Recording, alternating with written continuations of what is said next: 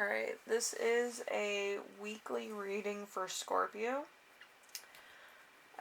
Your playlist song is going to be Fleetwood Mac-Dreams. So, that's kind of interesting. So, before the reading, something weird happened to the cards, and they were in a pentagram. I don't know why. I don't know what kind of energies or spells you're doing, but they were in a pentagram. So, and that was when I was drawing them. So, I believe that this is all kind of an idea reading for the week, or it could be aspirations. Usually when the cards are in a pentagram shape, usually there's an opportunity for this to happen. If not, it's more wishful thinking. It's a 50-50 shot. Depending on what the other people involved's intentions are and what your intentions represent, it could happen. Okay. So we have the first card with well, let's do the intention. So, express yourself. So this is, it kind of feels like there's going to be an opportunity here. So we have the Six of Pentacles.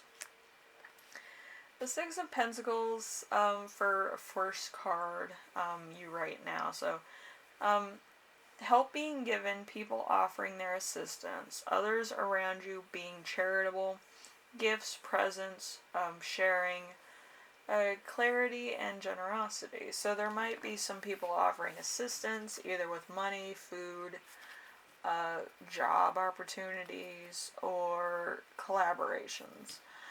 So there's a lot there. So that's kind of why I told you about the pentagram. It's not to scare you. Sometimes the cards do weird things. A lot of times cards go missing. Usually missing cards mean missed opportunities or something occurring in due time. But in your case, it was pentagrams. So there's probably a lot of assistance happening, whether you're wanting assistance or people are just volunteering because they want to help you. So it could be on both scales of it. Because it is finance and health, so it could be either or. So number 2, we have the week's theme. The week's theme is going to be the Knight of Wands. The Knight of Wands is work and business. So we have action being taken, things getting done, a change of home, fearlessness, something tangible, getting the job done, a go-getter, and an adventure. So there's probably a beginning of something. So, like I said, it's probably a job or collaboration type thing. But there's a significant opportunity here. So you're probably going through a lot right now. There's probably a lot of things changing, I would say, and there's a lot of things that is being helped out by the family. It could be that you're getting married, it could be that there's a baby shower, there could be a change in job or location, or you could be moving. Could be one of those things maybe. But it just could be a different thing. Okay? Number 3. Number 3 is challenge of the week. So there's the Page of Pentacles. So finance and health.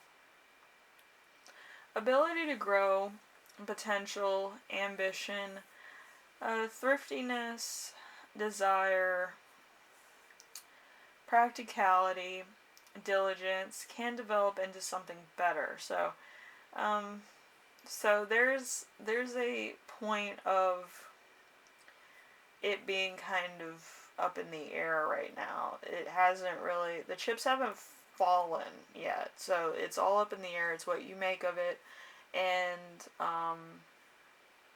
it's kind of a new opportunity for a lot of things to happen that might have been kind of on hold. I feel like it's kind of been on hold because of the pandemic. So there's probably a lot of things opening back up, a lot of opportunities that are available, a lot of things, and a lot of people you can talk to now. So it's gonna happen. Um, so number 4, we have lesson to remember. So this is a past influence. We have the Emperor. The Emperor has to do with career advancement. So it's your rise to power. Powerful people may be interested in you. A stable future, opportunity, ambition, structure. Achieving goals, control, and fatherhood. So you might be a parent, or you might be a single parent, taking on a lot. Also, there could be a lot of different things going on that either is a change in job or a change in lifestyle or status, and that was in the past. So, let's see.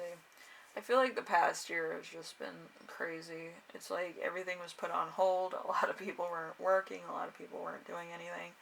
And they were worried about a disease. So, it's craziness. Anyway, so let's get into number 5. Number 5 is a lesson.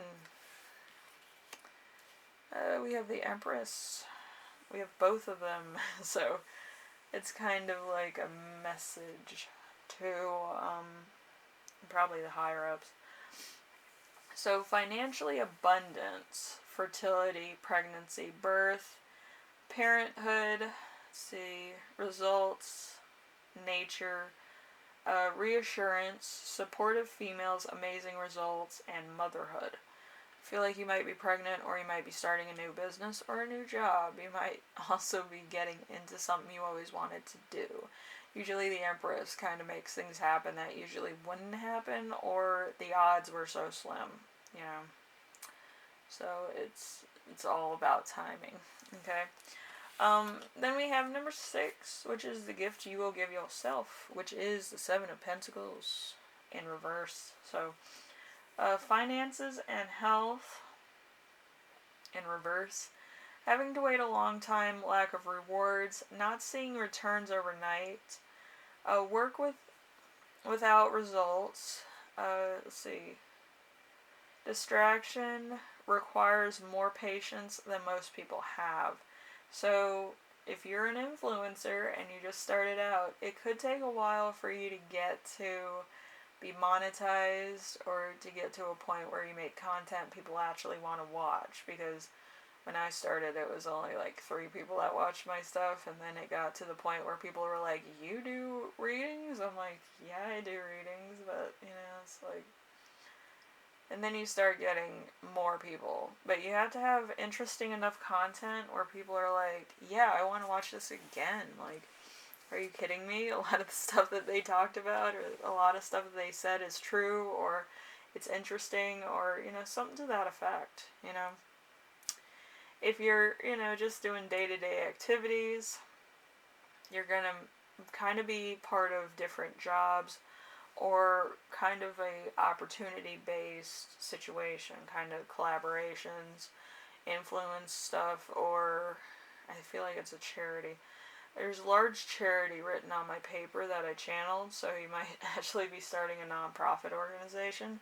But with non-profit organizations, it takes a while to get traction. You might go like 8 years before anything substantially takes off, You have to kind of be like everywhere. You have to kind of be sponsored by other brands and have them carry you for a while, and it becomes a problem for a lot of small businesses. But I feel like nonprofits are kind of like they're kind of like the baby of all the industry. They're kind of like, if nobody higher up or like financially secure wants to donate to your non-profit organization every week or something, it kind of stays small, or it stays local. So, it's one of those. I also have modeling or becoming a model. So you might kind of have a striking feature. You might have, you know, just very striking eyes, or, you know, a big personality. Um, so there's, like, you could be getting into something that's probably not really a niche. It's kind of like what everybody gets into in order to be famous, or to kind of put their foot in the door of the business industry. So it's probably something that's going to take a lot of time. So we have mother and father soulmates. Structure meets abundance. So there's kind of going to be tight scheduling. If you miss something, you're going to miss it. And if you hit the mark, you're going to hit the mark. So it's like you had to go from, hey, I'm going to procrastinate today, to, I have such a tight schedule, I can't breathe unless it's scheduled. You know what I mean? So it could be a different frame of mind. It might be more work than you originally thought. It might also be like you constantly have to be in a good mood in order for things to go through. With a lot of industries, if you're not the one that's 100% on the ball and you get the confirmation numbers and stuff, usually they overlook all your paperwork that you send over and all your headshots and all this stuff. So, like, I used to write columns for, like, makeup. That's what I did as, like, you know, a freelancer. You get paid money for that. But, like, you had to go to, like, all these different things, and you had to, like, make a brief essay of what you just wrote, and it's confusing for people that have never done it. But it's like, you go into an industry, and then you're like, hey, I want this to be put in the paper, and they put it in a stack with the rest of them. You have to put something on there that stands out, where they'll take another look at your paper. It has to be well written, no grammar mistakes, no punctuation mistakes. You can't misspell anything, and you have to be to the point within this little essay that you did. Usually, if the essay is good, they're going to be like, oh my gosh, I want to read more. They put it through immediately. Like, they will get up off their seat, and they'll be like, the CEO needs to see this, or the head editor needs to see this, depending on where you're going and why. But, and then you get, like, a phone call back. Like, I don't think any of my friends that wrote for, like, papers and journalists ever got a call back from head editors of different things. But, I did. And I got some rewards, and I got paid for it. I got, like, a royalty, for certain, things I put through. But yeah, it's just a fun thing to do. I mean, it's nothing like to quit your job over, like, your 9 to 5. But it did pay some bills, and it allowed me a few luxuries here and there. It wasn't anything serious, and I didn't do it full time. I figured it was a hobby. You know, I like writing, but I'm not gonna, like, you know, constantly think about ideas off the top of my head to write about a particular subject or perfume or something. But it is what it is. Anyway, Scorpio, hopefully everything works out, but hopefully you take into consideration that you might need a 9 to 5. I don't feel like this is going to take off, like, overnight or anything, but I also think that timing has to be correct for anything to stick.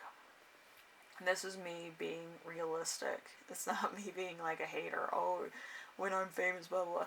No, I'm being realistic. Like, with my articles and stuff, I actually had to think about the road less traveled, and actually say things and kind of be more of a shock factor than actually being correct a lot of times. But I feel like my article was correct. My essay on my article was against it. So I took the bait, so it's fine. But, yeah, you kind of had to do something that everybody kind of looks at and says, what the hell? You have to get that reaction. If you don't, then you're going to kind of be irrelevant within 8 hours. Okay, so You know, you kind of have to make something stick. You can't just throw nonsense out there or do something that's totally embarrassing without landing it correct. You know, it's a difference of opinion. Anyway, Scorpio, hopefully this helped you out. I hope everything goes alright. I know I'm a fear monger, but you know, who isn't? Make sure that you take what I said and make it your own. Doesn't matter what industry you're in, you have to kind of be a little bit edgy when, you know, pushing something through that you might think is total nonsense or boring. But you do have to kind of make it into something that is more of a game than it is a work piece. But yeah, just try to be more conscious about what you're doing. Like, if a million people do the same thing I do, how am I going to stick out in a crowd? Yeah, you might push your limits sometimes, but you kind of have to be a leader. You can't be a follower, and you can't just hope it's going to happen. Like, they're just going to pick a piece of paper out of a lot of papers, or a headshot out of a stack, you know. You kind of have to hope that people see you as an intelligent, beautiful, and innovative person. You can't just be like, oh, I take a lot of pictures on YouTube and stuff and people say I'm pretty. Who cares?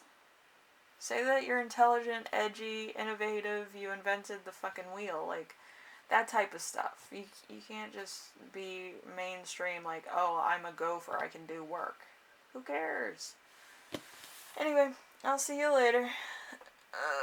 With every journey, there is a moment of defying influences. Alright? Anyway, later!